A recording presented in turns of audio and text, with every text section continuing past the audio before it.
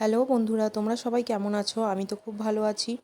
আমাকে জানিও তোমরা সবাই কেমন আছো। আমি কিছুদিন আগে শান্তিনিকেতন গিয়েছিলাম। সেখানে আমি শনিবার দিন গিয়েছিলাম। এই হোটেলটায় আমি খাবার খেয়েছি শনিবার দিন সকালে লাঞ্চ টাইমে। এই হোটেলটা বনবিথী হেঁসেল।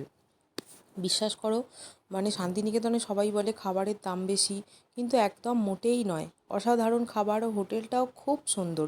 তোমরা এই হোটেলে খাবার খেও, খুব ভালো লাগবে বিশ্বাস করো। আর আমরা শনিবার বলে নিরামিষ থালি নিয়েছিলাম।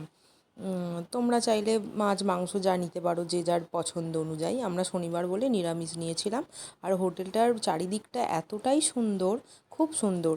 মানে আমি 2-3 দিন ছিলাম। 2-3 দিনে আমি অনেকগুলো হোটেল খেয়েছি, তোমাদেরকে আমি ভিডিও করে দেখাবো। খুব সুন্দর। তোমরা এই হোটেলে খাবার দাবার খেতে পারো শান্তিনিকেতনে গেলে। আমি খুব ঘুরেছি, খুব ভালো লেগেছে। তোমরাও যাও, তোমাদেরও ভালো লাগবে। Tata, by.